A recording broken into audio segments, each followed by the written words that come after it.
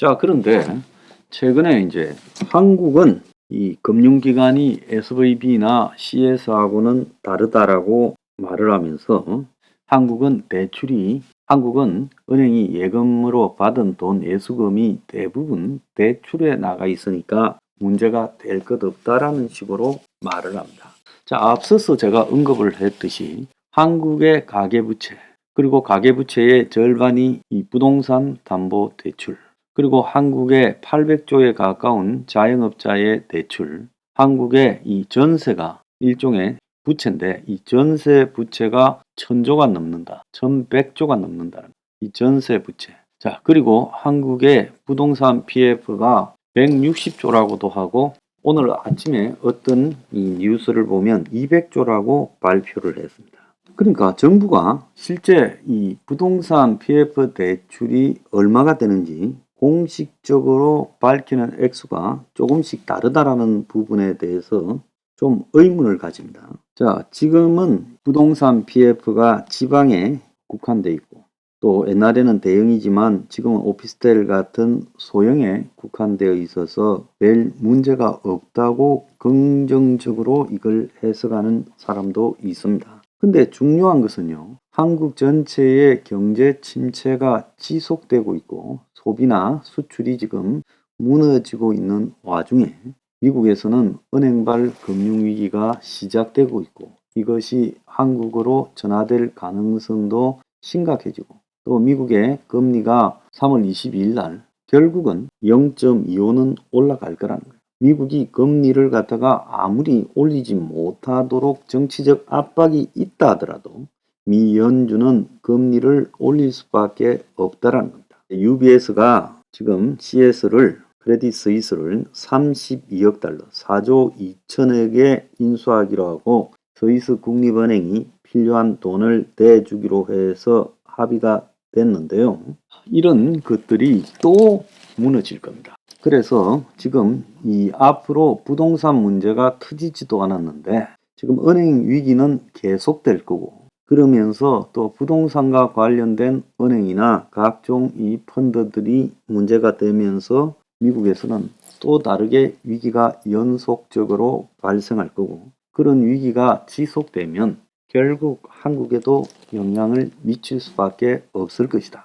자, 그래서 지금 금리도 맞추지 못할 거라는 게 제 생각이고요. 지금 일부 부동산이 다시 올라가고 있다고 아무리 바람을 잡고 오늘부터 뭐 12억 넘는 아파트도 12억짜리 아파트도 은행에서 대출을 받게 해준다라고 하지만은 그것도 또 다른 불씨입니다. 이때까지 은행에 대한 대출 제한을 했던 것은 하도 은행이 지금 부동산 담보 이 대출을 많이 해줘가 이게 터질 것 같아서 막아왔는데 이제 다시 부동산 가격이 내려가는 원인이라고 해서 대출 제한을 푸는 거죠. 자, 이것은 단기적으로 투기꾼들이 또 부동산에 뛰어들어서 단기적으로 그걸 갖다가 빼먹고 가려고 할지 모르지만 부동산 대출 때문에 위기가 발생했는데 대출 제한을 풀어서 대출액을 높이는 것은요. 잠깐 살자고 영원히 죽는 길을 택하는 길이라고 저는 보고 있습니다. 그래서 한국의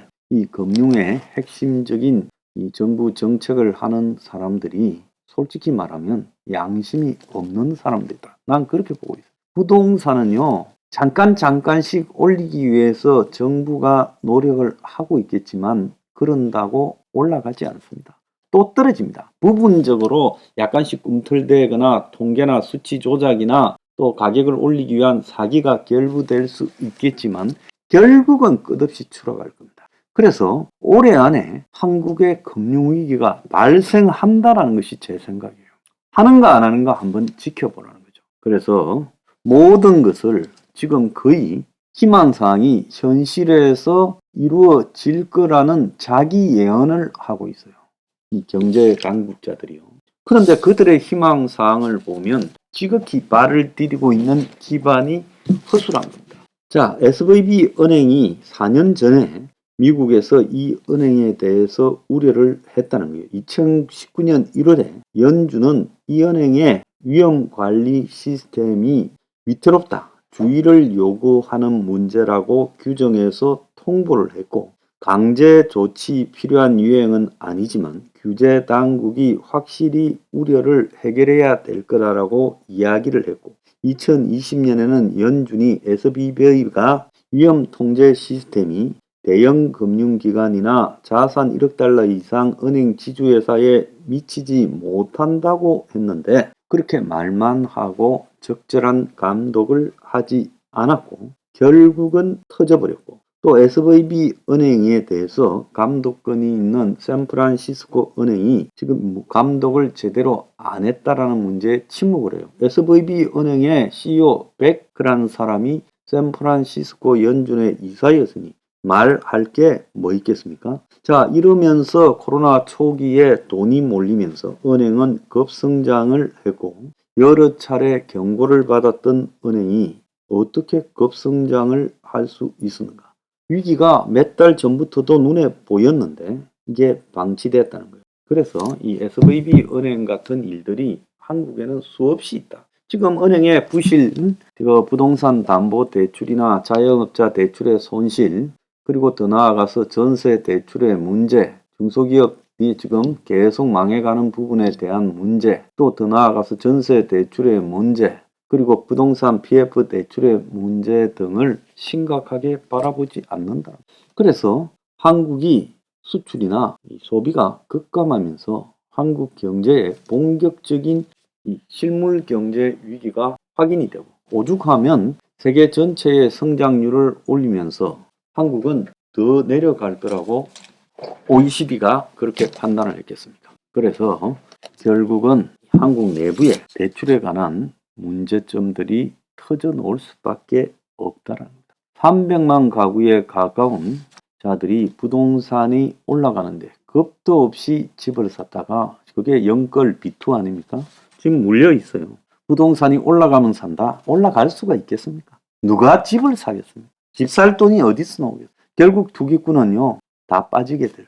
결국은 붕괴가 옵니다. 이런 것들을 다 집어내지 않고 적당하게 이 은행의 상황에 대해서 보고하라 하면 다들 별 문제 없다고 보고하죠. 그러다 터지는 거예요. 미국이나 한국이나 똑같습니다.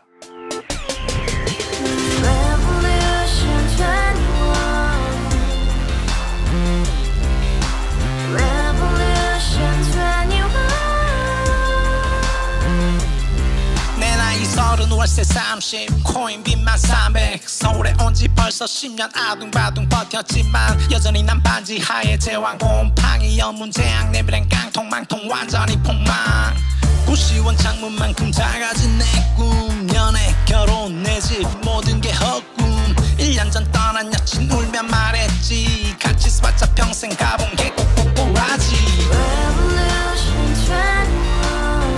가바후스 700 나도 소유주 가바후스 700 나의 소유주 택시기사 우라부지 마트캐셔 울어문니 우리 집안 다 털어봤자 후줄 그래 개선민 내미래 거기서 팍 끝난 거지 팍더 이상 노력 따윈 괴물이 스펙 찾아서 말리 비오는 날 알바 잘려 맨날 학원 날 개쳐 발려 밤비 내리는 양화대교 홀로 걷고 있을 때 현수막에 아로 새겨진 평당 700짜리 아파트 다같이 소리 질러 혁명 21 가바후스 700 나도 소유주